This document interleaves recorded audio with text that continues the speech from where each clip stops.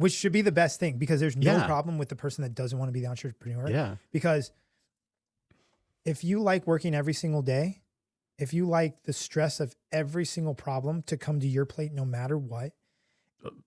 At least from, I forget the documentary, but it was about like rich kids, right? And like really rich kids, you know, affluent, wealthy, like Yeah. 2 generations never had to work. And it just seems so dystopian. Like the business was just a thing that like they leached the money from, but it wasn't a concept of like pride, or it wasn't this thing of, you know, here you are giving it your all with this idea that like, well, I'm doing it for us. And then it didn't translate to the next generation because they're just like, no, you did it for you. And you're like, whoa, whoa, whoa, you got all. Yeah. Now, I think you took it that way, but realize that. Denny Warnick, the COO, who Mhm. runs the entire In-N-Out, emailed me that morning. Hey, Guiliano, Lindsay read your letter, wanted me to get back to you on behalf of In-N-Out. He went in huge breakdown, answering all the questions I had, telling me this. He had very nice things to say that are like the things that Colin and In-N-Out tell me are like kind of ego boosting. Right. Like they say some stuff to me where I'm like, damn, for real, like that's awesome. And we continue to talk today. I'm fortunate to say that I'm mentored by In-N-Out in business. I can send Denny an email and he'll get back to me. And I'm very grateful for that. And the one thing he talks about is how to, you got to treat your employees well. You got to train management well.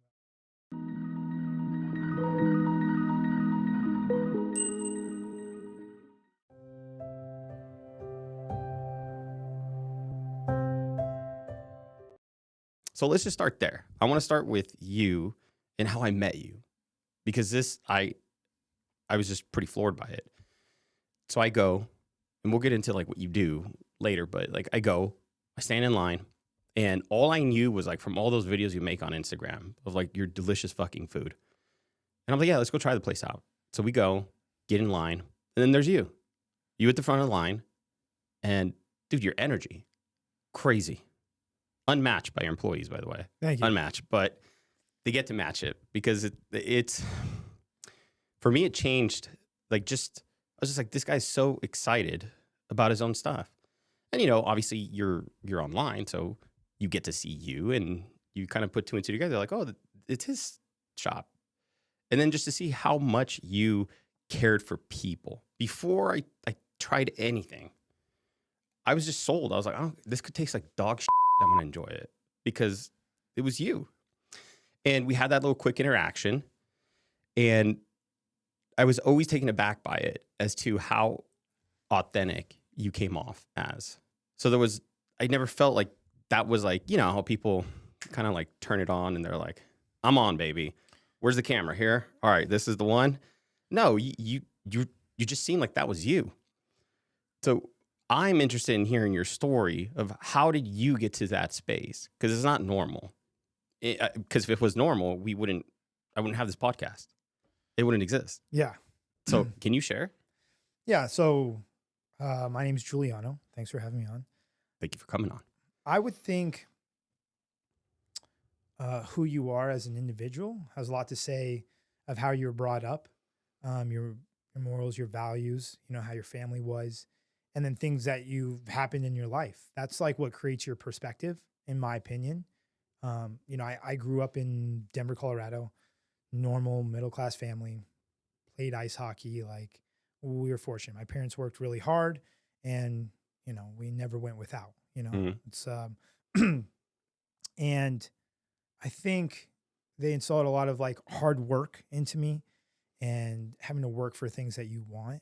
You know, wasn't like, hey, I want a PlayStation for Christmas and that's what we got. I'm like, hey, I got the money for half. Will you guys pay for the other half? That kind of thing, right? Like your parents still do? Yeah. Okay. So that's like something, you know, it was different than some of the other friends I had. They just like got whatever they wanted. Then we moved to Las Vegas. My dad got transferred out to Las Vegas in before my freshman year of high school. And so I grew Curious, what years was that? I graduated 2007. So I'm older than you. Got it. So Vegas is home to me. Vegas is where I experienced a lot of stuff. Yeah. You know, when you're growing up in those ages of whatever I was, 15 or 14 to 22, 23, like that's a prime time of your life of just learning things, in my opinion, right? Of course, your mid-20s are important as well. I would say I was playing hockey, I was doing things like that, and I discovered weed, like smoking weed, and I was so dedicated to hockey where if I had practice or we had something, I wouldn't smoke any weed. But if we had a day off or something, I would smoke weed, right? Like, What attracted you to it? probably just the way it made me feel. It was something Hmm. different. I'm very high strung, like I'm a very spazzy person. Um, so I just like the way it made me feel. Meaning, like you felt like it calmed you down? I don't really know. Hmm. I just think I have an addictive personality. It's probably why I have where I'm at in my life today. At the, you know, the upward steep is Right. because of my addictive personality. um, did that at one time hockey stopped. Like it didn't finish through the season. The team didn't have enough money to keep going, and it kind of just took off from there. And I dove into. I probably smoked like weed for a week straight, and then dove right into like oxycontins and whatnot. Oof. Yeah, That's so the jump. yeah, that's like my first love. Like, yeah, I love. I'm an opiate guy, and dude, so I was And in. they love you, I'm sure. Oh, correct. So I was in deep addiction for like 11 years. Whoa. From there to I've done pretty much everything except a couple things. Where it progressed to shooting heroin and smoking crack every day. Like, What led you to, was it just chasing a rush or was it something more? I'm always curious about that. I think I love the way it made me feel. I mean, the way it made me feel, I just loved so much. But And it made you feel as far as the physical component of it or what else? yeah, I would say the physical and just the endorphins. It's Mm, probably why I still love to do the things I do. like Like, a rush? yeah, it's like Mm, working out. Like, so I do the gym every day, no matter what, of some sort, because you get that natural endorphin yeah. rush. Like I cold plunge because I love, like, Dude, nice. you get that endorphin rush that I love. So it's like I get addicted to that in that sense. Um, but I would say that went like that for like 11 years, and eventually at some point, at rock bottom, living in Colorado, in my certain forgot how Oh, I so you moved back to Colorado? yeah, so in my 20s at some point, I got in a really bad car accident, broke my hip, almost died. Oof. Um, I was actually working at Sapphire at the time, like a VIP The strip club? reception. Yeah, I was like Yeah. checking girls in through the back and doing VIP area in the back. And I lost my job there because I was making a lot of money doing that. Like, Yeah, I can yeah, imagine. for me at 21, that was a great job. Yeah.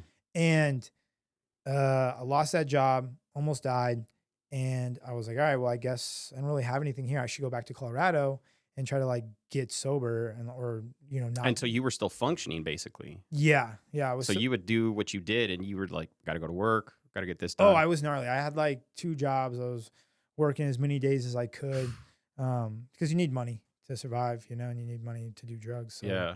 I did that a lot, and moved back to Colorado to actually live with my grandma. My grandma let me move in with her and live with her rent free. And I progressed worse. I had old friends there that were doing worse stuff than what I was doing. That's how I got to like heroin and cracking, So can we pause there because these are the type of things that I like to explore for people like you that are willing to be open and vulnerable enough to share this stuff, right? You did it for the rush, or at least what you thought was like the rush that you felt or that you enjoyed. W- What were the reasons your friends did it? that I wouldn't know. I mean, You never asked? no, it's not. I don't think things go like that through your head when you're Hmm. doing it. I'm just like, oh, I don't know. I don't the needle. I don't want to do that. And they're like, dude, it's way better. Trust me. And eventually you try it and you're like, oh, this is fantastic. Yeah. And you just ride that out and you're trying to like, they say chasing the dragon. Like Yeah. you're trying to Get catch, to the first one. catch that first high again. Yeah. And just go and go. And at some point you're not even living a life. You're just existing for that. And that is your main focus and your main drive. And I did that for a long time. Like I did that for a long, long time. And at some point, I had different transitions, Mhm. Started dating this one girl. Her name was Shelby. And I was trying to get sober. And so I was just smoking weed or drinking. And that was gnarly, out of control. And my mistress was like doing drugs behind her back. You know what I mean? That was me cheating on her. And she signed me up for rehab in Prescott, Arizona, because I had insurance at the time still. And I opted out not to go. I just Hmm. didn't want to go. And I put it off. Lease was almost up where we lived. She was moving to Florida. And my grandma had already kicked me out of the house a few years back. So I wasn't living there. And I was living with her. Um, at this trying to get sober Yeah. transition. And I was like, oh, so we're going to Florida. And she's like, you're not coming. You can't come with me. And I realized I was like, oh shit, I don't have that. I don't have anywhere to go. It's March in Colorado. What am I going to do? It's cold. Whatever. I'm going to figure it out. I'm going to keep going. Kept doing it. Crashed another car. Yeah, crashed another car. I woke up to my car totaled. My back hurt. My knee hurt. Don't recall anything. Went drinking. From the drug? The drinking. I was drinking. Just that night I was drinking. I don't know what happened. Don't know what's going on. Sometime later, I don't know if it was a few days. I don't know if it was a week. I was at the cartel was like selling heroin and coke out of this little place on 76th and Pecos. If you're from Denver, you know that area. It's like not a great area. Yeah. And as I was coming out, SWAT was going in to bust them for distribution and manufacturing. I mean, you had just caught, like you just bought some. Yep. They let me go with, Wow. with drugs in hand. Wow. Yep. Because they weren't there for me. Yeah. I went on my way and I was just like, damn, I should fucking, I don't know what I'm going to do. And at some point I just realized I was so alone. And this was all in the span of whatever weeks. I realized like, okay, fuck it. Like I need to change my life. Like, what am I doing here? Let's pause right there again, because these are the moments. These are the things that I'm very grateful that you're willing to talk about. So let's explore that moment, because you just described it as like, I just did this. There must have been a million things that you had to go through in order to get there.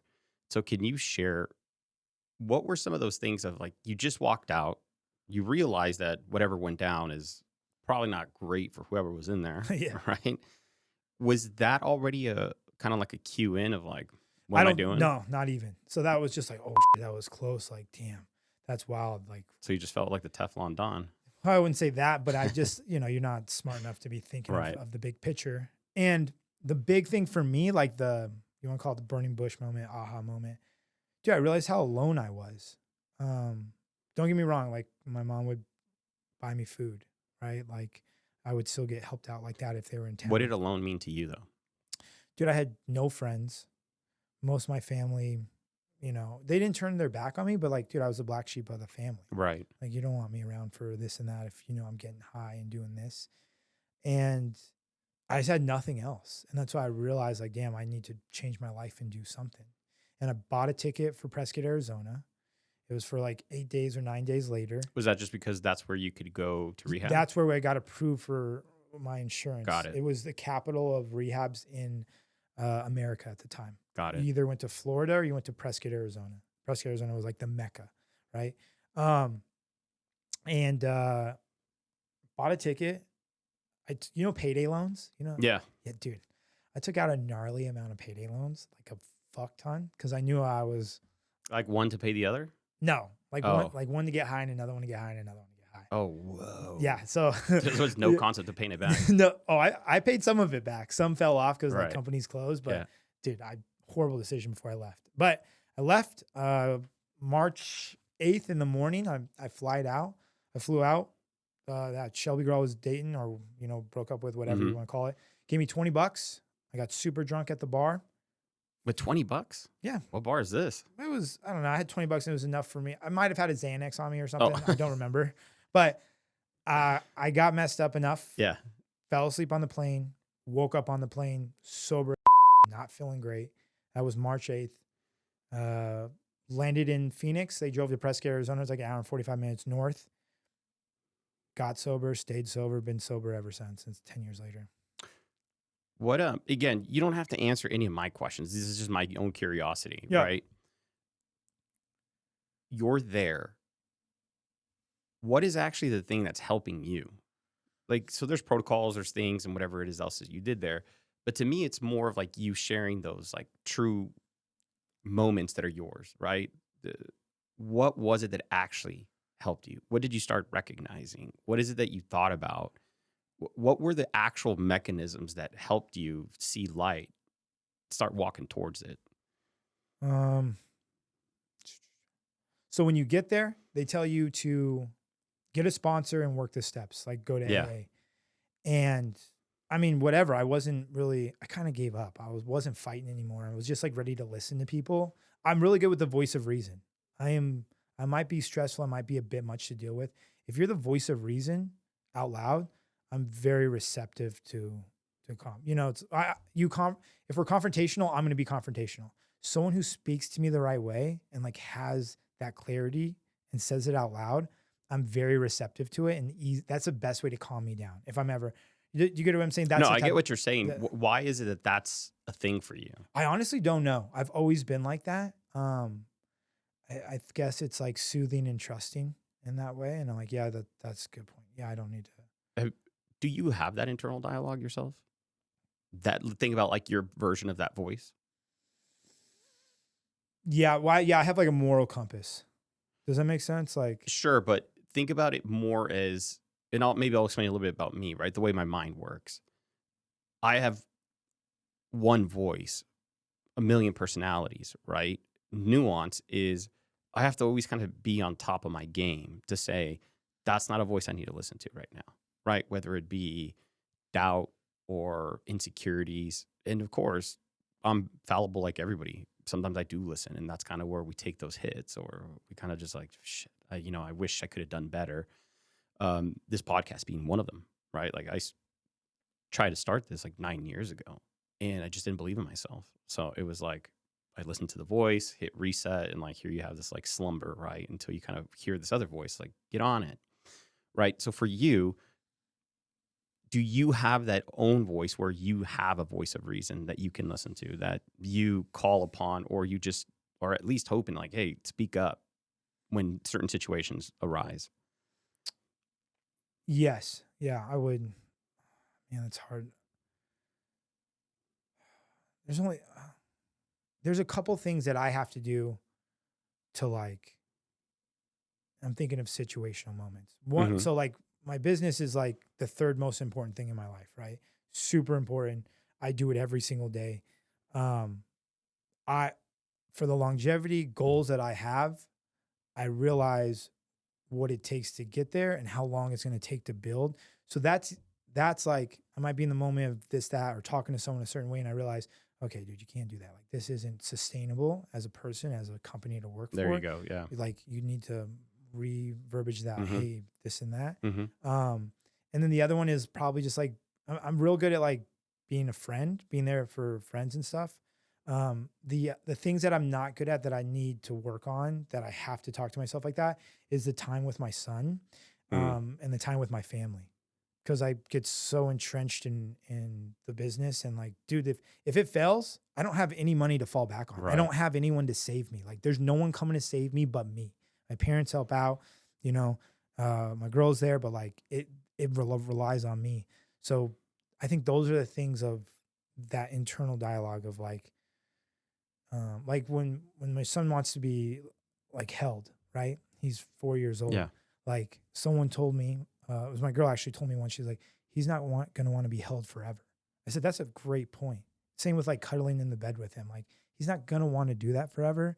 So like me replying to a Yelp review, me replying to a Google review, like me dealing with Being external, on for the business. yeah, like that. I need to put that on pause and do that. Those are like the only things that I do. Everything else, like I've been sober, living a certain way for quite a while, that it's not a thing. Because the hardest thing for people to do is do the right thing when no one's looking. Yeah. I'm pretty fucking good at that. I'm like, That's no, what we call character, though. yeah, you're just like, listen, that's not Yeah. the right thing. I don't want to win like that. Mhm. I want to win because I'm a winner. You Yeah. know what I mean? I don't want to win because I cut corners. I don't want to win because I did some dirty stuff or I stabbed someone in the back. Like I'm just going to rise above the rest because of how much I'm doing and what I do every day. So that's like a separate thing that I'm fine Mhm. with. I think those are the things that I have to, that you brought up, of the internal voice of talking to myself. It's probably things like that. Do you find it hard to be present? Yeah. Yeah. Yeah. I feel you on that. I can't unplug it. It's a good thing. But at the same time, I really do have to think about like, do I want my kids? Because I have another one on the way. Like, Oh, congrats. thank you. Do I want my kids to regret the company that I built Mm. and think of me as Yeah. a piece of shit? If that was your favorite child. Yeah. Well, just think of someone. Yeah. Think of someone like, oh my God, your dad created that. Oh my God. Like, that's such a huge company. Like, wow, blah, blah. And in their head, they're like, yeah, fuck Yeah. that company. Fuck my dad. Yeah. Like, you know what I mean?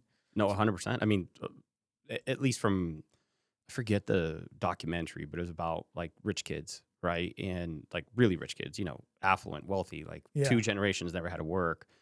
And it just seems so dystopian. Like the business was just a thing that like they leached the money from, but it wasn't a concept of like pride, or it wasn't this thing of, here you are giving it your all with this idea that like, well, I'm doing it for us. And then it didn't translate to the next generation because they're just like, no, you did it for you. And you're like, whoa, whoa, whoa, you got all. Yeah. Now, I think you took it that way, but realize that my end goal was to convert that, right? So one of the things that I use, I said, money to me, I don't care about it. What do you mean by that? It's like, well, I don't care to have a whole bunch of it in the room and like I can count it and whatever. What I care about is the ability to have it as a resource. That's it. Well, why? Because money is a resource that I can then leverage to do the things that I want to do. And I think you probably have the similar mindset. It's like if you have money, you could take that trip, right? Think about your kid. You'd love to be like, hey, man. And I think a lot of times we do things for ourselves, meaning I never had a trip that XYZ. I would love to give that to my kids, right? Yeah. Do you feel the same way? Yeah, for sure. And it's Yeah. what you have to realize is time is just as valuable as money. Exactly. You know what I mean? The kids' love language is play. Yeah. They want to play. That's their love language. So you spend a little time and you do things like that means a lot more than if I just bought him a truck and then left the room. He'd rather me come home with a cardboard box and be like, Right. look, we're going to build this today. Oh, so cool. Mhm. So, I would just say those are the things of where I have to talk to myself in my head. I have a lot of work to do that. Like I got to work on myself as a leader and how I lead, and because that's Can I hard. acknowledge you for that? Yeah. And this is something that happened in another podcast, but like as men, we don't acknowledge each other enough, in my opinion. So let me acknowledge you for even saying that, Thank you. because it's not easy, right? Yeah. And it's not that it's not easy to say something. It's not easy to acknowledge that you got work to do. Feel you 100% on that. I got a lot of work to do. But to acknowledge it is the tough part. You kind of feel it's that, I had to say it. But to me, acknowledging is what gives you that character, which is you're like, yeah, I get it. I'm not perfect. I think it's being self-aware. There's a Yeah. lot. I know a lot of people that got sober and were still pieces of shit. And you would think, dude, you're still a piece of shit. But then I got into the business world and started doing business, and we're thriving. Like as far as where I am, like, I'm towards the top Mhm. as far as, what I do. Mm-hmm. And you meet so many people, and I'm thinking in my head, like, dude, so you're not a drug addict, you're not this or that, and you're a piece of shit. Oh, you suck too. Yeah. So like, to me, being self-aware is super important. Yeah. And I'm not perfect every day, and I have tons of faults and character defects, and me at least acknowledging those things, you can work on them. You might fall short of shit all the time, which I do. But thank you. I appreciate that. Yeah, no So problem. it means a lot. So now that we have this, like, because I didn't know any of this. I didn't know any of this until you told me on the call, right? Like, I just thought you were an amazing person that I walked up to randomly at your own place. Here comes all this additional context, which further makes me like you as a person. But how the fuck do you go from that to say this, what you've created? Like, that baffles me. For a person that found it difficult to do this and to believe in myself, right? I can't even imagine what you do. So can you help explain, like, what mindset did you have to create? Was it just pure grit of like, I'm doing this? Like, tell me that story of like, how do you go from idea to implementation to then, again, you're not successful. You'll be one day, right? Because that's your hungry mentality. You're going to be successful one day. And I see it in everything that you do. I mean that. Thank you. So help me understand, how did you figure that out? So gratitude is huge.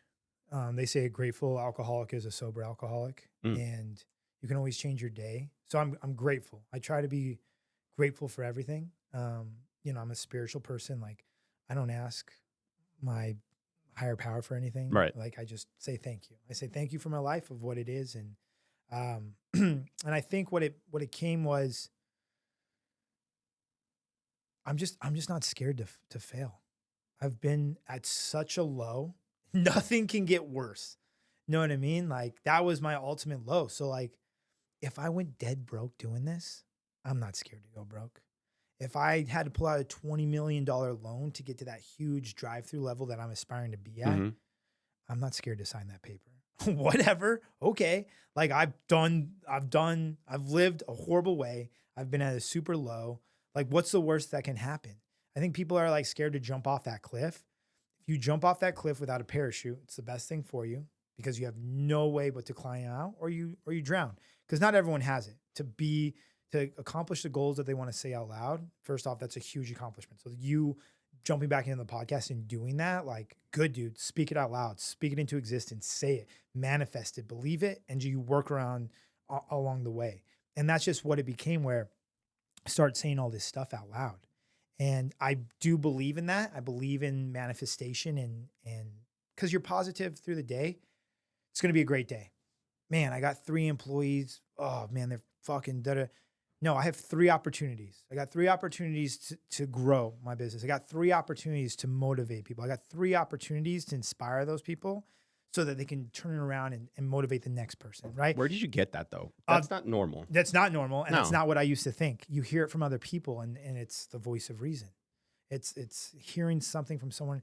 Hey, I think you're doing great. That's awesome. It was this lady I met at my dad's work when I did like a speech after my dad retired. She goes, I love it. She goes, I want you to work on something. And I'm like thrown off. I'm like, "Oh, okay." She goes, you don't have problems at work. You have opportunities to get better. Mm. And ever since then, I'm like, bro, that lady's fucking right. Like I have opportunities. So it's all about perspective first off. And then you just choose to do it. And you're either going to go full in or you're not. Now, everyone is different and people's life goals are different and they should never, I don't judge what anyone else Right. what anyone else does. My goals are like so grandiose and so big. It's going to take 30, 40 years to get there. Yeah. Like I'm prepared for that longevity. I'm not looking to franchise. I'm not looking to sell for 20 million someday. Like Right. I have You're not different, looking for an exit. no, I have different goals and ambitions as an individual because I'm sober. I worked for a lot of shitty people. I want to create a company that takes care of its employees, puts its employees first. People that are like, oh, your customer's most important people. No, they're not. Absolutely not. Your employee is the most important asset you have, without a doubt. They have to be. They're the extension of you. Because if they're not an extension like you and believe just like you do, they're not going to do the prog right and they're not going to interact with your guests right. And if someone feels that works for you, that busts their ass 40 hours, 60 hours a week, that the guest is more important than them, why would you want to stay there? So Can we explore that just quick? Because Yeah. that's a different mindset than large organizations have, right? Let's look at, well, like Amazon's, right? Amazon's mission or culture is like customers always right, whatever they need, right? Like I think it's like be obsessive about the customer. Yeah. So when you say, for me, and what you represent in the company you have, you said, for me, the important part is to make sure that I have happy employees. So in the business I'm not sure if it correlates to every business. Right. Make your employees happy.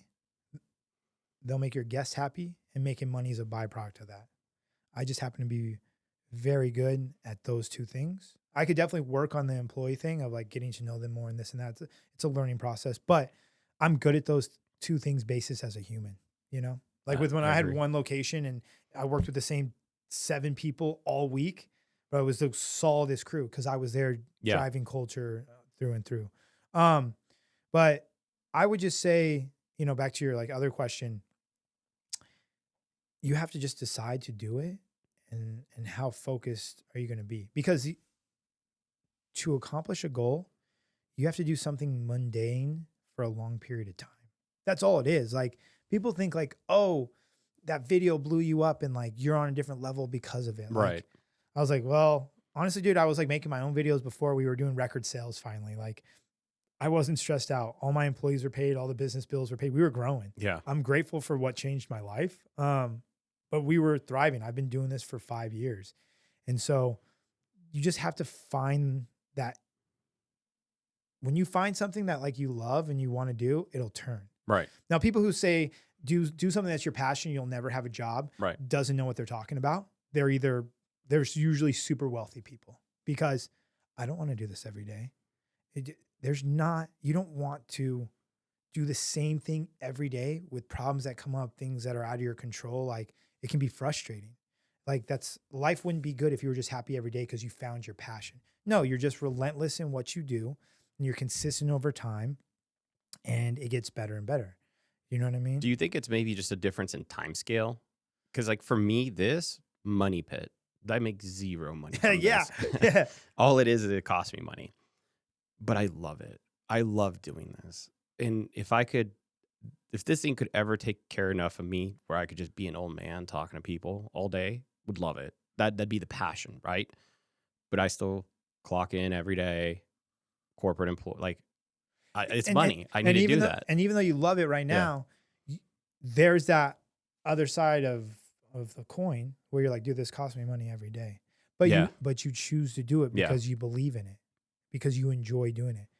That's why I do what I do. I believe in what I'm doing. Yeah. You know what I mean? But like as a CEO, or what I find out, you're there to solve every crisis. You're there to mitigate every problem, plan the next step, and move the company forward. So it's a problem solving thing every day. Like someone's like, "Oh, would you want to build this up and sell it and start a new concept?" That sounds like a new set of problems. That sounds horrible. Like, you know what I mean? Yeah. Even if I had the resources, because I care a lot where I would want to be hands-on. Yeah. So Do you know that there's actually a difference in that? I learned it the other day, that ultimately you wouldn't be considered the leader. You'd be considered a founder. A founder doesn't look for an exit. It is their thing. Like, this is my thing. I figured it out and I'm going to see this all the way through. Whereas normal people that are like CEOs are usually doing things for the exit. So it's great to know that you have this in mind where it's like, this is it. This is my thing. Like, we're going to figure it out all the way up to the top, which I believe you deserve, specifically with that mindset, specifically with this idea that you want to take care of people, right? And again, you're not going to be perfect, and employees are employees, right? Like, they don't have that same vision. You're the founder. This is your baby that you're trying to grow, but it's great when you can find people, and I know it's hard, that share in that same vision. You know what I mean? Yeah. That you have of like, hey, this is important to me, and this is kind of what I'm trying to create. And it's awesome to be able to surround yourself with people that will hopefully like get it. You know what I mean? Yeah. The same way you do. Yeah. So it's funny because, you know, I say things like $1 billion company, right? Like I want to be a titan of the industry that I'm in over the next decades to come. And a lot of times people will tell you, oh, well, you know, like most founders don't grow into $100 million company CEOs, $1 billion company CEOs. That's not a normal thing. It's very rare for people to do that. And for me, that's like a challenge. In my head, I'm like, it's the ego talk. And I'm like, all right, you know, I'm gonna figure it out. Cause I have some other people, some friends that run very successful treatment centers out of like Scottsdale in Arizona. And he's like, well, what are you gonna do? Like, are you gonna listen to what these other people are telling you what you can't do? Or are you gonna put your fucking nuts on the table and figure it out? Yeah. He goes, cause that's kind of who you are. And that's like a great point because you're right.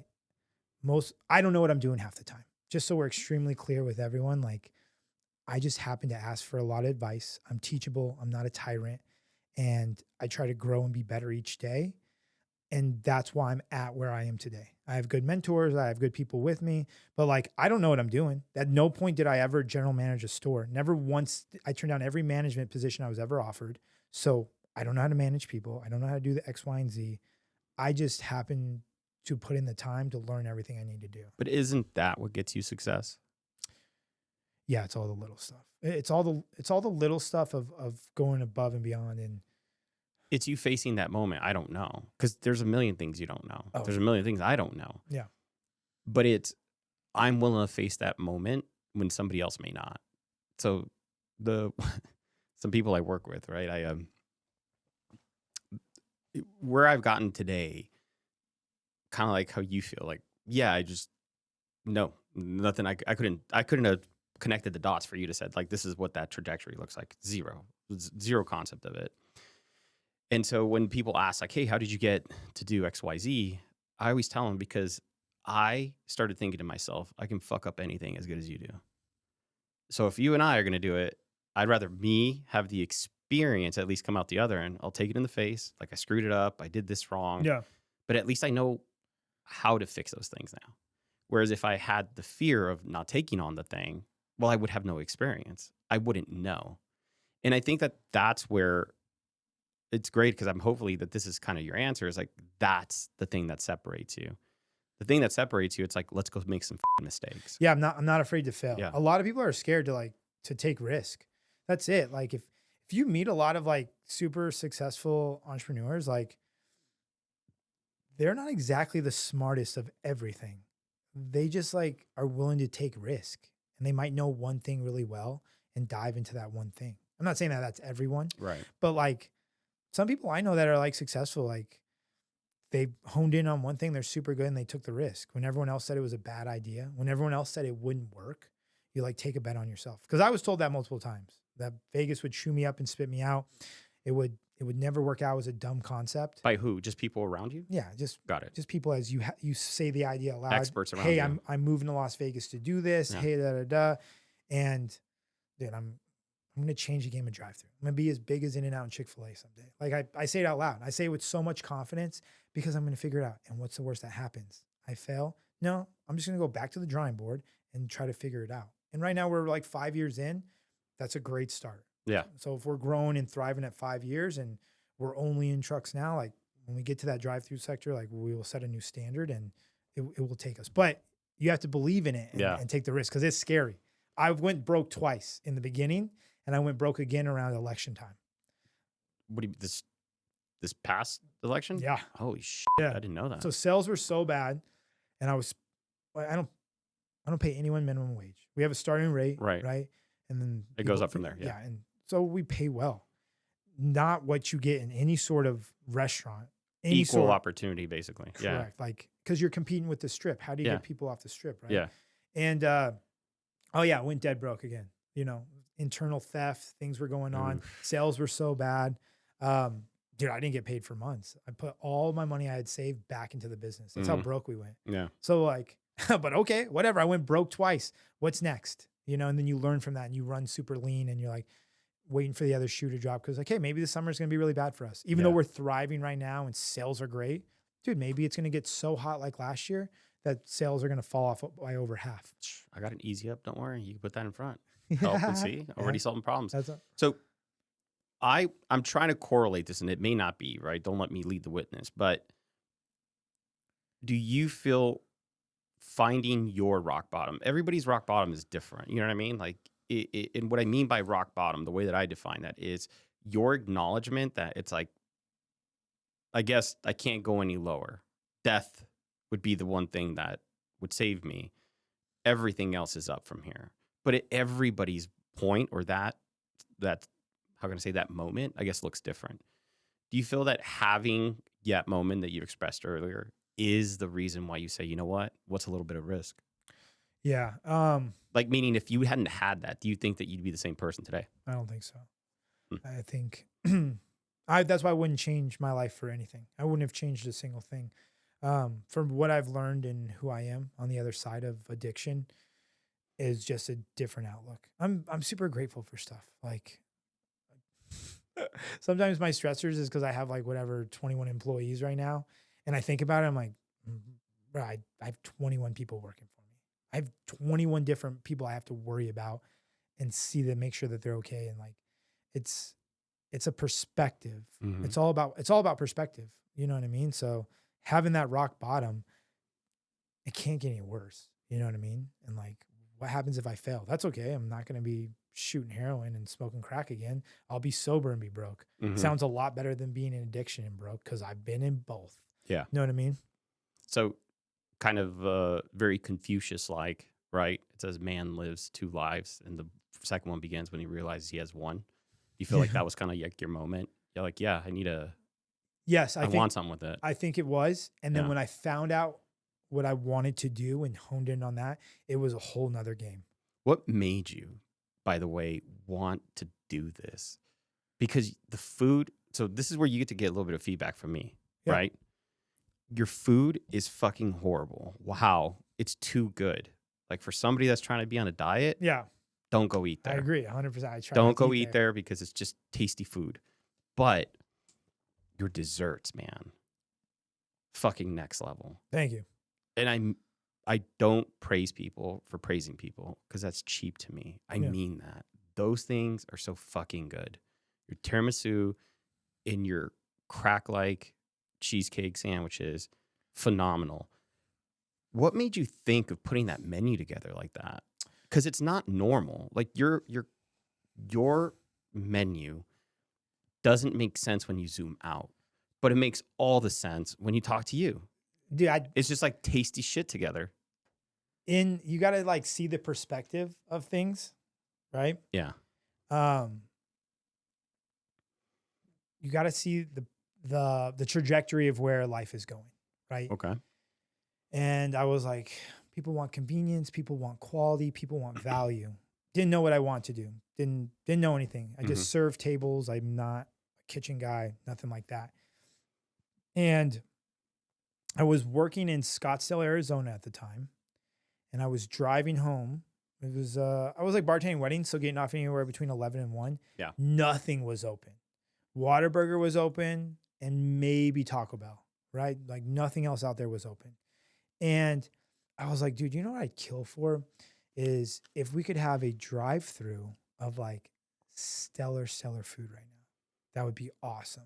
I would like, that would. Not just something to grab, but like good. Yeah, like a good drive-through with quality food that was a little more expensive. I was like, dude, I paid for it. I'm so hungry right now. I worked this morning, then I worked the wedding tonight, but I don't want to go home and cook. Like that sounds horrible. And it clicked for me. I was like, dude, gourmet drive-through. That's what we're gonna do. That's what I'm gonna do. And then from there, it kind of progressed because you start looking into things and doing research. I don't like to raid. I just don't. I start reading about things and the success of things. And I found out I couldn't get a loan. Looked into that. I didn't have any. You can't For get capital, SBA. you're Yeah, saying. dude, Yeah. I couldn't get a loan. And no one wants to give you any money when it's an idea. Right. Which was the best thing for me. It made me work multiple jobs and save up my own capital. And a lot of really successful concepts started as food trucks. Torchy's Tacos, for example, started in 2006 as a trailer. Have you ever heard of Torchy's Tacos? Mm-mm. Local? Sold for $600 million. The CEO still owns a percentage, still runs it. The CEO and founder still runs it. Sold for $600 million to a restaurant group. Good for him. That's crazy, right? That's good. Good for him. Fuku Burger here in Las Vegas, one of the most successful food trucks of all time. Huge. In the Raider Stadium, multiple locations, started as a food truck. Yeah. Roy Choi's restaurant. That's why I came to mind when you said that. Roy Choi started that. They made a movie about him called Chef on Netflix. So I knew that because you could make a good brand that way. So I was like, all right, I guess that's what I'm doing. I'm buying a food truck and going. All right, what's going to be on my menu? And I for sure wanted a green chili burrito because every time I visited Las Vegas from Arizona when I was sober, I would bring different friends from different backgrounds, different ethnicities. They all said the same thing. That green chili burrito is the best burrito I've ever had in my life. Dude, that thing you drown it in? Yeah. Well, I thought they were being nice because So good. it's like my mom. Like I just thought they were being nice to her. Yeah. And over time, I realized like, oh, this is a great product. I could sell this. So I knew that I wanted the burrito. We had chicken and waffles on the original menu because I love chicken and waffles from the South. I had family in the South and friends from the South. We had like a hot dog with like melted cheese on top and onions and peppers. We didn't have the Philly on top at first. We didn't have the original dirty dog. It was a different kind of thing, like a Chicago dog, but like bougie in a way. And we had a loaded fried chicken dish, cracking fried chicken fries. And then it was my dad's idea to put on a Philly cheesesteak. And I really love tiramisu because my mother-in-law makes one of the best tiramisus ever. That you told me that was her recipe, right? Dude, I can 100% confirm. Thank you. It's fucking fire. Dude, and I've got a lot of feedback from authentic people like from Italy that live here, everywhere. They're like, oh, this is one of the best tiramisus I've ever had. And it's like, it is. Well, this is why I like it, because you do such a great job between balance of the sugars. It's just sweet enough. Most people make it like abundantly sweet, too sweet where you can't enjoy the rest of it. Or too much Kahlua. People will use Kahlua and use way too much rum. Yeah, it's so well balanced, and the moussiness that you get from it, like a mouthfeel, a texture. It's just so pleasing. Yeah, all of that makes it like number one for me, at least. Yeah, I appreciate that. It's and that's where the desserts came. I'm a huge dessert person. If we went to dinner and there was 5 things on the dessert menu, I would make us order one of each. That's just what I would do for the table. You and me both. So we could try. So we could try everything. That's how I am with desserts. So we got 3 desserts on there. We used to have cannolis. We don't have cannolis anymore. And it seemed like a pain to make and store. It was just storing was a lot. And after a couple years, we took off the least selling items. Chicken and waffles was the hardest to make, so we took that off. But so I was like, what if there was a diverse menu, super small? Wasn't a Mexican spot, wasn't an Italian spot. Right. It was just weird. That's just what it was. But good. That's what I mean by your menu's weird. Yeah. You do different items, but you do them all well, which is not common. You know, you would go, because your food truck right now, you would say, hey, go to this truck for this thing, right? I was just surprised at how tasty everything was, because I've tried a few of your items already, and I'm like, they're pretty solid. Yeah. All of them are consistently at how you could imagine like a really good version of that would taste like. It's that. I think of elevated. That's all. Like, and I had chefs help me. I had real professionals help me. I just spent a lot of time. Like that 303 sauce, I made hundreds of times, different variations, different ways to get exactly what I wanted and what people thought was good. Used to take it to work. Same with the cornbread. So we don't serve cornbread anymore. We had an amazing cornbread. I never got to try it. I made that cornbread hundreds of times and would take it in every week to where I worked and got feedback. And like, we'll probably bring it back someday, like a la carte thing on the weekends, but it was so good. But that's just where I'm thinking in the long term. So I don't think you do have to think of like 1 day and 1 month and 6 months and a year. I think in decades. So I do measure time in decades. And I was Do like, you just create your goal and you decompose it into decades? yeah. So like I have certain markers over certain years and time. Yeah, like milestones. Yeah. And so I have my company planned out for like up to 50 years. I have that. Awesome. I have that written down, and it'll change, it'll morph. Right. But I am thinking bigger than that. So, well, can I acknowledge you for that? Yeah. Because I have friends, because I usually talk to my friends, and yeah, you don't have to wear them. You're good. No, it's okay. I like them better. I have friends that always ask, it's like, hey, how do you do this thing? I said, well, it's very cheesy but true. If you fail to plan, you plan to fail. It's just that simple. And then it seems like the simplicity always kind of throws people off. It's like, how could it be that simple? It's like, it just is. I don't care how simple your outline was. It's an outline. There's key markers that you at least can say, well, if I hit these, I'm on the right path. Like there's my plan, right? Yeah. I think people don't understand the value of just sit down and write it out. Yes. You have the plan written down and then you know where you're going. Yeah. That's just me personally. I have sober goals as well, of like as an individual. And so, we have that planned out, and I just have a vision of like, dude, I'm going to change the game of drive-thru. That's what's going to happen. Like this food is great. The food is great. And the thing that we narrow in on to make sure, is that we set a standard, of guest experience. But we're here because same as you started somewhere. That's right. So now that we know that the menu started because it's just you looking at yourself and you're like, man, this would be really good to have by somebody. That's what I respect. It's like you saw the need. You're like, why not me? Yeah. Well, I've heard in other podcasts and stuff like that. It's like, what do people need? Create it and make it better than someone else is offering. So like, we're not going to add tacos. We're not going to add burgers. We're not going to mess with the menu, right? Like we're going to narrow it in and just do what we do really well. And I'm not here to compete with In-N-Out. I'm not here to compete with Wendy's and Chick-fil-A. And I'm just here in my own lane, create my own thing. So there's no one else around to be compared to. Yeah. Because the conversation will just come like Portillo's. You know Portillo's?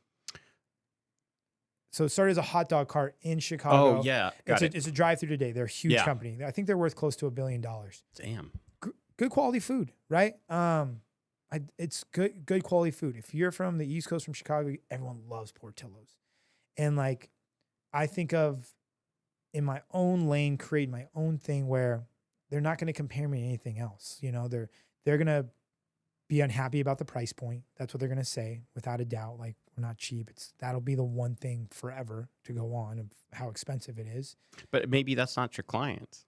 And that's what I don't worry. That's why I don't worry. That's why I poke fun at videos I make about being overpriced and this and that. In the food business, things are not overpriced. They're priced how they're supposed to be. Yeah. It's labor's involved, all your overhead, and then the food cost. Like, it's priced a certain way for a certain reason. Like, people don't just make up prices. Like, no one in the restaurant business wants to make 3% margins after busting their ass all year. you know? But what if I hit you with something different, or at least a different thought that most people need to hopefully consider? It's the cost to eat that food. Full stop. You either pay it or you don't. And so I do the videos, I put my face Yeah. out there, I tell my story a little bit. Because I believe in you need a platform to leverage yourself, right? Like, Which we're going to get into that because Yeah. you do fantastic thank you. It's like The Rock with tequila. You think The Rock knows anything about tequila? Right. No. You think Ryan Reynolds knows anything about gin? Do you think Conor McGregor knows anything about his alcohol? No. Yeah. But he has a huge platform. They're super well known. They become great companies. Kim Kardashian, right? The Jenners, like Kylie Jenner with her huge makeup thing, right? It's all about platform. The only platform I'm trying to build is to let people know this is who I am as an individual. You might like me, you might not. It is what it is.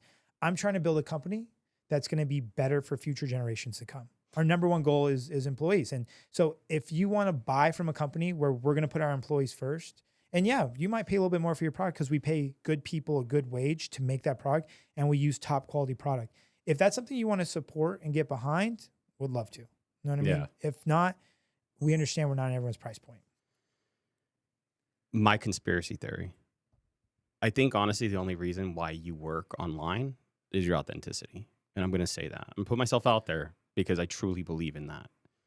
I don't think it would hit the same if you're like some sort of character.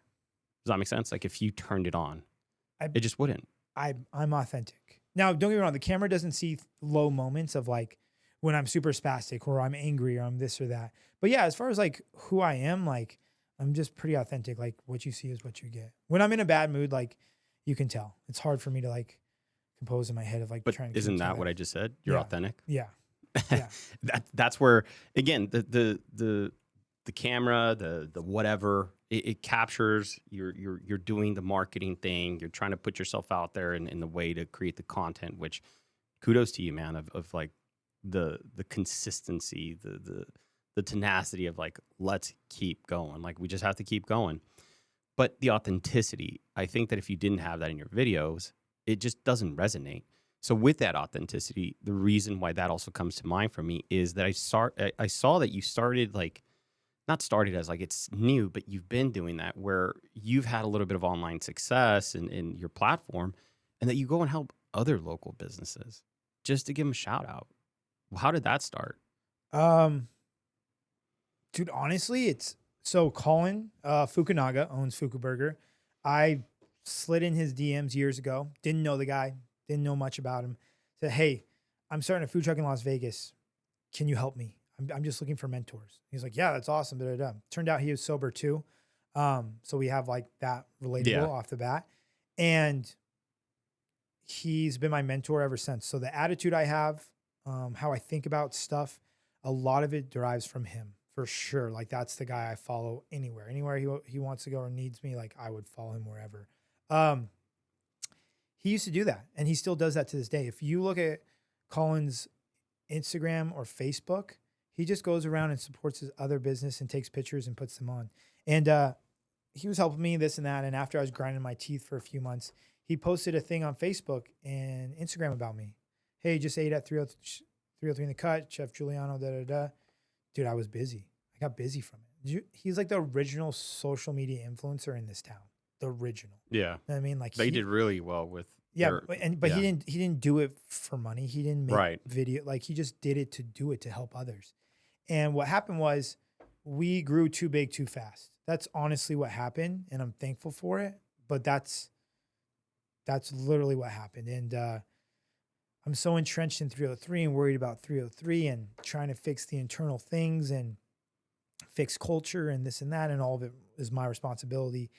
And at some point I start getting the ship back on course, start getting better people and getting rid of other people, firing people that just weren't a great fit, weren't good people. Like we want to have good people, you know? Yeah. And at some point I realized like, damn dude, like I'm not worried about anyone except 303. And what Colin always said from the beginning, make your employees happy, make your guests happy, and be entrenched in the community. Give back to the community as much as you can. Say, bro, I need to go back to my roots of what I was doing. Because if you look at my Instagram in the very beginning, dude, I used to post people all the time just like him. Mm-hmm. And then I got so busy, I stopped doing that. I was just making my own videos every day, worried about 303, worried about my next location. And I don't remember the exact moment, but I remember talking to someone and I was like, dude, I need to get back out there for the community. Like I'm so selfish right now, only worried about 303. And then coincidentally it just worked out. Like I just did it to feel good. It made me feel good. And I just want to help other people. And then coincidentally it helped my business, you know? And that's not the motivation of why I continue to do it. Right. It's because the more you do for others, the universe, God, however you want to look at it, I think brings it back. Agreed. And, No, agreed 100%. so the energy that you put out and helping, and you should just help the next person, right? That's why I was taught in sobriety is help the next person, be kind and considerate to others. And so I have no problem shouting anyone out, other food trucks, other whatever, because the mindset like Colin, like anyone could take all my recipes. You could come in and you don't even have to steal. I'll give you all my recipes. There's no way you go and recreate what I recreated. You could park right next to me. You could go I guarantee you don't have what it takes to be where I am today 5 years later. You just what's don't. the X factor then that makes you different? You gotta have that little bit extra in you. You know what I mean? Look, there's a lot of people, hey, it's Easter. I'm not going to work. Hey, I don't take calls on Sundays. Hey, I don't do emails after 5. That's okay. That's, like Colin tells a very famous story for me. There's someone is the heir to a very big concept here in town, like one of the oldest and very successful. And this heir who now runs it doesn't take emails after 5 and doesn't answer calls on Sundays. That's because it was handed to them. That's okay. Because they're not founders. Correct. Yeah. And he goes, everything that I do and you do, taking calls whenever, doing X, Y, and Z, that's going to compound over time. And that's all you have to do. If you do not stop, you will surpass everyone in whatever it is you do. You know what I mean? Mm-hmm. And that's the X factor, is if you just have to never stop. Like that's the only reason I am where I am and as good as I am, because I don't stop. And you fall down and you take setbacks and you just keep going. So you've answered my question. Yeah. It's you. You're the X factor. And you're not saying it. Thanks. Okay. No, but that was the Okay. point. It's until somebody wants it as bad as you, they can't come for it. And I mean, they have to want it as bad as you, if not more. I just don't see how that works. I tell people very close to me, and they said, like, well, how did you accomplish whatever little success I have? I was like, it's the dog in me. It can't give up. And every time push came to shove, the only thing that ever got me through those is like the dog in me just couldn't be put down. I was like, I'm going to solve this. I'm going to figure this out. 100%. Because here's the thing. It's different perspectives and the way you respond. There's a bunch of stuff through the day that sucks. You know what I mean? At no point do I say out loud, oh man, that's so hard. I go, bro, fucking again? Jesus Christ. Like, okay, let's just get through it. That's a different mindset, because you'll talk to people. I'll try to help other people. And the people that say, wow, that's a lot of work. Oh, that's super hard. Yeah. I'm not here to judge them. I'm not confrontational. It's not for me to put my opinion out there. My opinion is not that important. I just know right there off the top of my head, unless something changes, these people will not last. These people will not be successful. Right. Oh man, wait, you want me to post videos every day? No, I don't want you to. I'm just asking, how successful do you want to be? Well, I want to be super successful. I'm like, well, you should probably post videos every day. Well, that's a lot of work. Oh, okay. Like, we're not the same. Me and you are not the same. You know what I mean?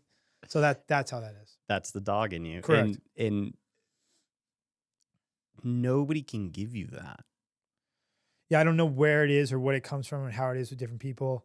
I mean, but nobody could teach you that. Nobody could put that dog in you. And that's why I call it the dog in you. And this is for everyone. You gotta figure that thing out yourself. Like, you gotta wake up and say, which I love what you shared at the beginning, because I haven't shared this with you, but I'm the same way. I started changing my life when I realized there was no superhero coming to save me. no one's going to save me. No. Yeah. So I was like, so if I stop waiting, well, then I'm my hero. And so then I have to raise myself to a point where, like, I'm my savior, nobody else. So no matter what happens, if I don't get up every day, if I don't plant that seed, if I don't do nothing today for something that might happen tomorrow never comes. So it's a very, like, self-fulfilling prophecy moment. I got up today. I planted the seed. We'll see if that seed sprouts. But if you're not planting seeds, this is why nothing's changing. Like, you're not getting up and doing anything different today for tomorrow. That's how I started rationalizing why I need to get up and why I need to go do this and why I need to do this. It's like, this podcast will never be out anywhere if I don't get up. I don't hit people up, which is very uncomfortable for me to text you. But I was like, you know what? I got to do it. No, yeah, sure. That's and great. I appreciate that, like, Yeah. tremendously, man. You have no idea how much I appreciate that, and that you're sharing your story, because this is the platform for it. This is what I hope people hear and see, that beyond, how do I want to say it? Beyond how they perceive you online, there's a real person there. You're a real human being, and I felt for the small second that we had that interaction while I was there. Remember, you don't know me. I'm just a random person standing in your line, but you were so friendly. You were just so caring, genuinely, about, like, what did I want to order? What was I going to get? Oh, cool. We had a small little conversation, you and I. I don't know if you remember that one. Remember the whole quality profit scale thing? And you're like, oh, that's a good idea. I was like, oh, thanks, man. Somebody gave it to me, so it's not my thing, but I'll pass it on to you. Those type of interactions are very difficult to have with people that are inauthentic. It's almost impossible. They'll give you a story. Yeah. They'll kind of, you know what you should do? They kind of like pontificate. But to be authentic, that I think is what makes you you, and what makes all this great. Well, the energy people get from me at the truck, now I'm not there every night anymore, but there was a time I was there every day, and we blew up and I got someone else to take orders and hired more people. I would just walk the line and talk to guests all night, because that's what my mentor told me to do. When he told me, hey, you ready for the next step? Hey, okay, stop cooking, take orders. Hey, do this. Okay, hire another person, right? Like, dude, we're barely breaking even. Hire another person. This is time for growth. Like, those are the things I learned. But like, people get this energy from me, and it's just authentic. I remember when no one was there. I remember when I was dead broke. Like, so to have people come and like support, like, I'm happy wherever people come, local or non-local, and trying to wrap that vision around the employees, right? Of like, hey, look, you get paid pretty well, right? It's not amazing, but like, for the industry, you get paid well, and then the tips are fantastic, right? Like, we make everything. We have to give a great experience. Like, you're going to make really good money. I'm going to make great money. Like, but the thing is, we have to be really thankful that they come. Yeah. Does it suck? Someone shows up 2 minutes before close. Okay, dude, go work in a bank. If you don't like that, go get a different job, dude. Like, why are you complaining? We're in the hospitality industry. Like, that's my job. What's it going to matter if I'm here an extra 45 minutes? Yeah. You know what I mean? That's serving tables. But like, at the truck, you're making another order at 2 minutes close. You're going to be there an extra 10 minutes. It's not going to put you back 3 hours or anything like that. So you're like thankful for that, right? I'm like so grateful for this opportunity of what I get to grow and what I get to build. And like, so all the interactions I have are just like genuine me. And I think they talk about Wolfgang Puck in the Spago days, right? In the original Spago, that he used to walk around and talk to guests and make special meals for people. They talk about the Chick-fil-A owner used to come around the counter and greet every single guest. Those are brand building stories that they didn't know that they were doing brand building. Right. And so someday, when I accomplish the goals that I have and we're towards the end and I'm on my way out in life, they will talk about that of like, this owner cares. This is why we have the culture in this company. Like, there was a time when he was there every night and he talked to every guest. He would walk the line for 5 hours. So let me hit you with a hard question. Yeah. Because remember, quality, profit, scale. So when you think of scale, what's your plan right now? How do you get this thing that you don't do for marketing? Like, I don't perceive that you telling me this is a marketing thing. It's a you thing, right? So then how do you get other people that work with you to get that? You have to inspire them. And as cheesy as that sounds, you have to inspire and motivate. And you're not going to find a lot of people like that, but you will find key ones, and you have to hone them and keep them close and grow them and get them to buy into the same vision. And, In-N-Out in the first 20 years only had 6 locations. 6. That's crazy to me. I would have thought they would have been in multiple states 20 years in. Slow and steady wins the race. Perfect what we're doing. Go to brick and mortar, keep the trucks, perfect it. But they also have a very entrenched culture with how they run the business. Yeah, and that's which is what I hear from you in your perspective of how you're looking at things for your company. So here's the thing. I wrote hundreds of entrepreneurs and moguls and huge entities before I started this, like as I was starting this, looking for mentorship and guidance. Colin from Fuguburger got back to me. I also wrote Lindsay Snyder. Lindsay Snyder is the heiress of In-N-Out. I wrote her a handwritten letter relating to her that we were both in recovery, telling her about my son and my fiance and my goals for a drive-through company. Mhm. I want to do a gourmet drive-through. Those were my goals, and my priorities were with employees and this and this and this was my long-term vision. Dude, it was extensive. It was super extensive. And on March 16th, The way you remember dates fascinates me. well, I remember it was March 16th because it was my birthday. Oh, That Denny Warnick, the COO who Mhm. runs the entire In-N-Out, emailed me that morning. Hey, Guiliano, Lindsay read your letter, wanted me to get back to you on behalf of In-N-Out. He went in huge breakdown, answering all the questions I had, telling me this. He had very nice things to say that are like the things that Colin and In-N-Out tell me are like kind of ego boosting. right. Like they say some stuff to me where I'm like, damn, for real, like that's awesome. And we continue to talk today. I'm fortunate to say that I'm mentored by In-N-Out in business. I can send Denny an email and he'll get back to me. And I'm very grateful for that. And the one thing he talks about is how to you got to treat your employees well. You got to train management well. And you instill that and you'll get people to work for you for decades. Never cut corners on your product, give value. So you'll have loyal guests over the years to come. And I think about that. It's like, I'm 90% sure this is the correct statement. Do you know why they don't have microwaves and the fries are the way the fries are at In-N-Out years later? I just thought it was because of their commitment to like freshness.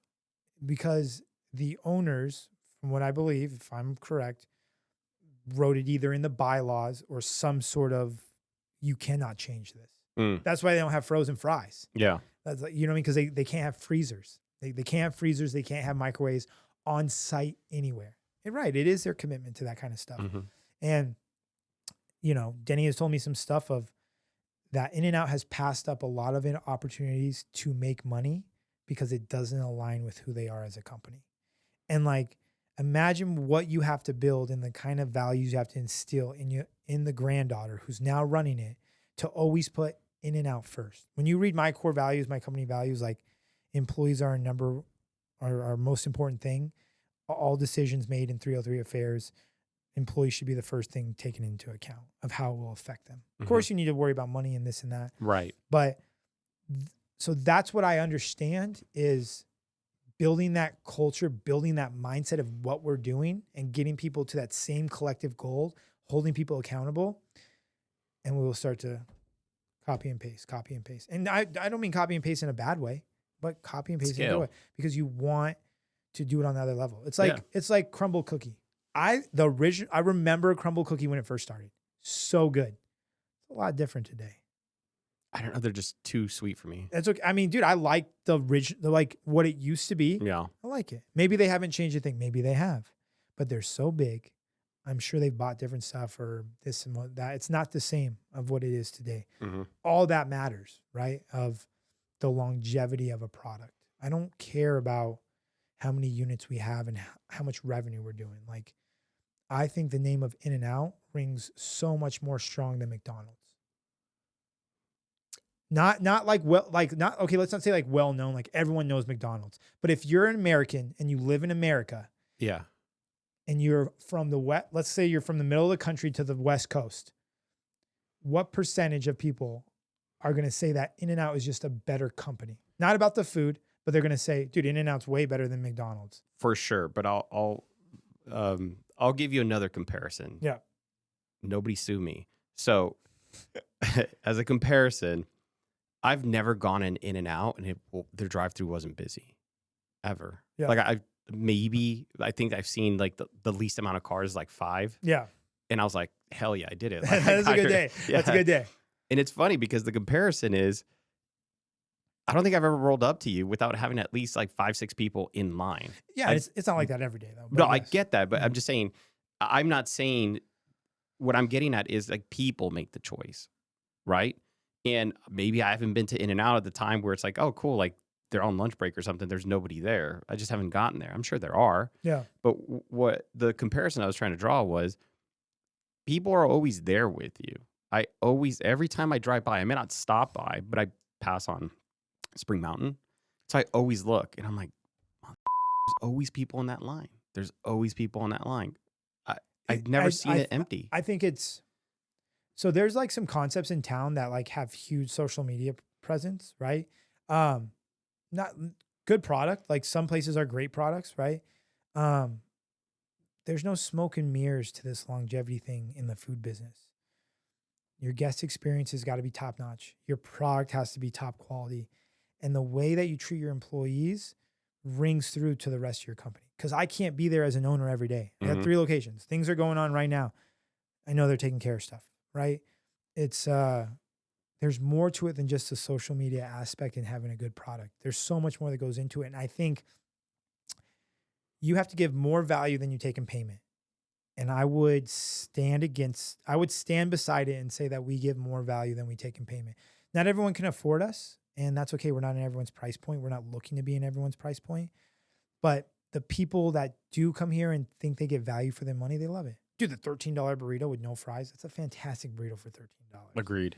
The cheesecake, $16.50, it blows people's minds. Bro, put that cheesecake on any plate with any high restaurant in the entire city. Well, hold on. I get to talk about my experience. Okay. I roll up, and Yeah. the first time I went, it was just like, saw this thing on Instagram, looked good. Let's go check it out. And then I get the bill because I ordered that, and I think at the time you had the cannoli. And I was like, yeah, I'll get those too. I got the bill. I was like, this shit better be fucking fire. Otherwise, Yeah, it's not cheap. dude, I didn't eat it there. We literally stopped and took it. So when we got back home, I ate it, and I was like, fuck that guy. This is so good. Like, it is so worth it. I mean, if you just go for the dessert, I'm saying it's so worth it. And I say that as a person that I'm just like you. I love trying new places and new things. And it's been time and time again. You go somewhere and you're like, that for whatever I just paid for that. Like, how is it that, all right, I get it. I hope you're known, but people are sleeping on your desserts. That's all I got to say. They have to try them. If you have not tried it, you listen to this, stop what you're doing. Well, when they're open, go drive there and get one because I honestly think they're that fire. And thank you. I do as well. I'm a little biased, but it's the quality of the product that we put into it. And like I said, you could do certain things like take my green chili burrito, take it to Javier's in Aria, and put it on a plate and give it to someone for $28. That's how good it is. That's how great the flavor is, right? Like take that cheesecake and take the top 5 cheesecakes in the city, whatever you claim they are from the strip or this or that, and let's put them all on the same looking plates and let's put them down. And I guarantee you, the majority of people go, yo, that's amazing. That's so good. Oh, guess what? That comes out of a food truck. And they go, what? Oh yeah, they make it in-house. Like they make their own crust, they make all that. Like that's the difference where not everyone can understand. Like in our crust, there's clove and ground ginger and nutmeg. It's very like predominant flavors where if you eat it by itself with not how it's supposed to go with everything, people are like, that's gross. That's not supposed to be in there. And then other people are like, yo, that's such an elevated cheesecake in a smart way. They're like, dude, that's fantastic. I get a Christmas morning. That's like the best reference I've heard like 10 times. They're like, your cheesecake reminds me of Christmas morning. And I was like, that's a strange comparison. 100%. But then I heard it again and I heard it again. Like I said, we've been open 5 years. So it's probably around 9 to 10 times I've heard that exact reference, which is funny to me. That's why it rings in and I bring it up now because it's something I like think about in my head. I'm like, I don't get it. But for multiple people, it'll be like, yo, this reminds me of Christmas morning. So it's nostalgic to them in that sense. And then, you try to give the good guest experience with it. That's the only thing that will set us apart. That's like the biggest thing is like the food you execute, but I harp on it. I'm like, if we are not super friendly and welcoming to these people and give them experience, we are just a viral, overpriced place in Vegas. We want to grow beyond that. We want that someday when we're in a drive-through in Utah, drive-through in Phoenix, whatever market we're in, you go through it and you're like, damn, they're friendly. They're still friendly here. It's a vibe. Like that girl was so nice. That guy was so welcoming. Like You did that for me though. Yeah. When I went there for the first time, it was you. You were there.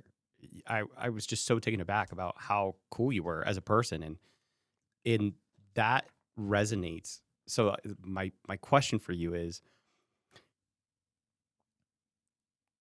you speak about this with so much pride. I gotta say, not passion. You have pride in what you do. How do you hire people, or how do you have people with you if they don't feel the same way about the food? Um, You know what I mean? Like if they genuinely have in their hearts of hearts, do you use that as like a hiring technique? Like you say, hey, tell me what you think of this. And if they're just like, this is dog shit, they can't give you critical feedback of how it would improve. Can they even be there? Because what you do is like, so I think that's where You know what I mean? I think that's where I really lack as a leader. Hire people. I give a lot of people chances, and lately, I don't know, past 6 months, 5 months, we've really been working on that elevation of standards of ethics and who we are as a company and who we are as people, and we hold to those standards. The majority, you're going to get people that just want a job. That's okay. Can you make it so that they enjoy their job and they can be happy when they go there? That's the only battle that I have to worry about. Because do you ever do a team meeting? I'd love to be there. I'd love to talk to them about some stuff and see for you to get. So it's not you doing it, it's me, and you could see the reactions. Yeah. Because to me, I honestly think it's very difficult for me to think about going there and you're not there. Just to be honest, because the energy that you have. Well, everyone points fingers. The one thing you hear as boss is how much more someone works than someone else. People are throwing stones in a glass house. You know what I mean? Is this just like internal dialogue you're talking about? Yeah, like Yeah. with like employees. That's that's one thing you hear a lot. That's and so you have to like get held to a standard, and you got to get management to buy in and be that. Yeah. And be that staple. Like that was one thing In-N-Out harped on in their emails. It gets overlooked a lot. Proper training of management. Proper training of management. Because they're the ones to hold the standards up, to be accountable for it. So that's I guess with that one. I just think people need to believe in it as much as you do, because it is an experience. I forget the food. The food stands on its own. I'm just talking about when I saw you there, you were at the front of the truck, you were super friendly. You just had energy galore.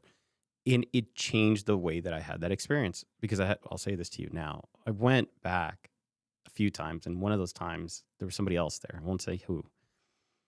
And it was just a transaction. Yeah. And I was like, this is me saying my story. I was just like, damn, dude, that was so cool when he was here, because it was it was just like, it was fun. You know what I mean? It was you.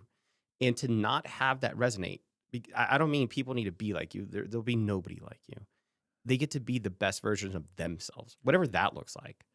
That to me is what sets it apart. Yeah, and you're only going to get that by really honing your employees and like building that culture and the collective goals together. You just can't. People are there for a paycheck. No one's going to believe in it like you will.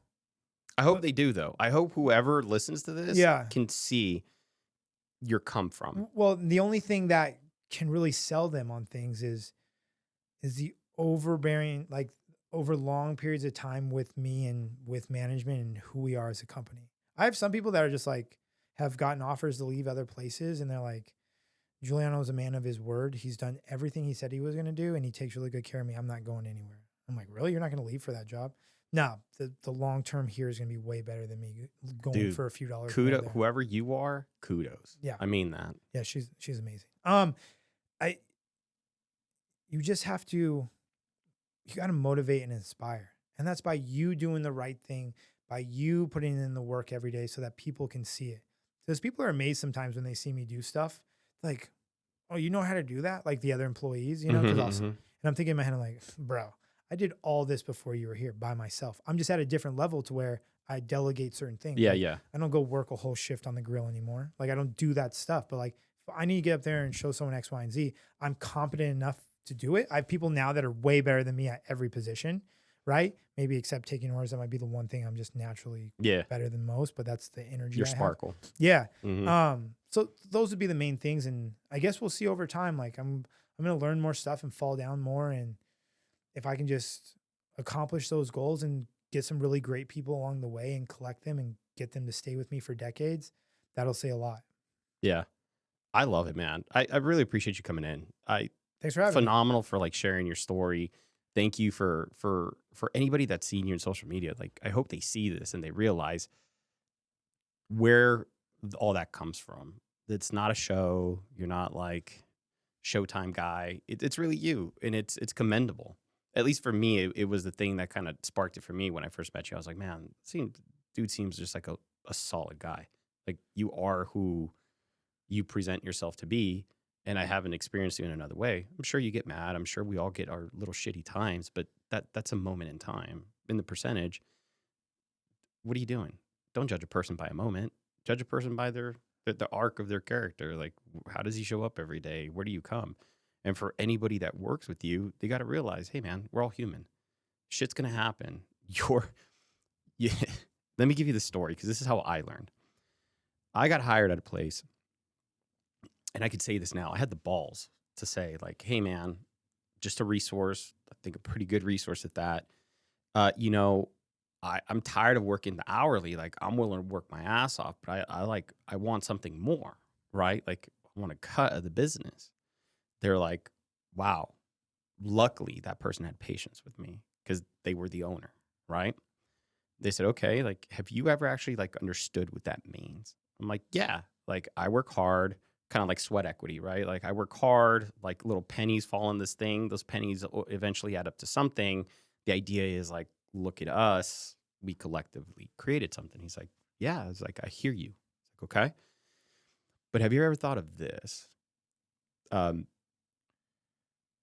This business goes under, I lose everything, because everything I have is in it, meaning risk. All of whatever I've been able to create, like to accomplish, is for monetarily, is in this. Like, payroll comes. If payroll's short, where do you think payroll comes from? I have to take from my savings again. How many of those have I done where the savings is low? This goes under, I lose everything. So if you're willing to put up money to have the same risk as me all day, let's go. And I'm telling you this because I had never truly considered that. I considered my perspective of like the thing that I wanted to get out of it, but I never considered the amount of risk, the amount of like payroll short, billables didn't come in, right? In the services industry, you might be net 30, net 60. So who's paying payroll? Well, I am. Out of where? Out of whatever I've been able to stock away like you just did to survive that moment. People that want to come to you and say, and again, I'm speaking to whoever is going to work with you, for you, or in the future. Think about this. You didn't have to put up the sleepless hours, the times without the boy, the birthdays, but you did. And so the idea is the risk is the reward, but you have to face the risk every day. And until they're willing to do that with their own money and time, just work for somebody that's like you, that's willing to take care of me, where I don't have to take on any of that shit. I just know that my man's got it. Which should be the best thing, because there's no Yeah. problem with the person that doesn't want to be the entrepreneur. Yeah. Because if you like working every single day, if you like the stress of every single problem to come to your plate no matter what, and if you want to have to deal with every problem and risk At every your own level. and risk your own money every day. Yeah. If you like that, if that sounds good, be an entrepreneur. Yeah. For sure, without a doubt. But like, sometimes you got to like spell it out for people. I'm like, you had 2 days off. A lot happened in those 2 days. Like, our risks are not the same. Yeah. This isn't a profit sharing business. Like, I'm in the risk, I'm in the thing every day. And my goal is to make your work life better and to make your quality of life better with how much we can provide for you. In that, we need to create a product and service so good. But it's different coming from you. Correct. That's why I'm saying it. Yeah. I want them to hear this and realize that this is not you trying to talk them down so they don't understand. They are valuable, but realize until you're willing to go to that same level, you gotta just like let me lead, because everybody wants to be a leader. This is what I say, till it's time to lead. Those are the moments that I hope that they maybe hopefully see you in a different light, where they look at you and they say, I know what's happening. I know that this is on fire, that's on fire. And look at him go. And he still comes back with like, hey, what's up, guys? Everybody good? To me, if you don't understand that, and I work with you, think about this for a second. Just ponder it. It takes so much to get back on the horse every day, specifically with all the things that you deal with. You were just dealing with something before you came here. Probably going to deal with something as soon as you leave here, right? Realize that that's what that team's there for. It's not so that you are some money-grubbing person that sits at the top of an ivory tower and you count your shekels. It's you're doing that job that's needed for everybody else. And if nobody's acknowledged you, here it is. I'm acknowledging you. Thank you so much. I do get acknowledged by people that are close to me, so I'm very grateful to have a great people around me. It's not for the weak. It's not. That's why I say it's like, dude, it's not fun every day. Yeah. You get your dick kicked in every day. Like that's what it is. You just at the point that we're at, we only make so much revenue. Dude, I can't hire $300,000 managers. Don't get me wrong. There's great talent out there that is going to help me. But I'm at that level where like, dude, we don't make the kind of money to justify like, hey, leave this strip and benefits and come work for me and I'll pay you $100,000. Like, dude, we don't have the money for that kind of stuff. So it's just a hard revenue point. No, but I want to make sure that this doesn't get lost on people. Again, when you say it, it just doesn't hit the same. So I'll say it. Yeah. Is that you're seeking to grow. And for people with the growth mindset that want to come and put sweat equity in and they want to see this through, it's not going to go unacknowledged by you. You'll see it. For sure. And that's the people. And I'm saying that as a person that I've worked on the strip, I've done all these things, but I knew I was a number at all times. There was no, this is going somewhere. So for anybody listening to this that genuinely says, look, if this is the type of stuff that they want to get into and they want to rock and they want to get after it, come build something with you. Oh yeah. That's what I'm saying. Dude, if you're down for the ride, let's go. Yeah. It'll be a long journey. It'll be fun. It'll be hard, but it'll be good. Dude, plug everything that you can right now for you. So how many locations? So where can they come see you? What are the hours? I have 2 Las Vegas locations. One is in Centennial, the northwest part of the town. That's our second location.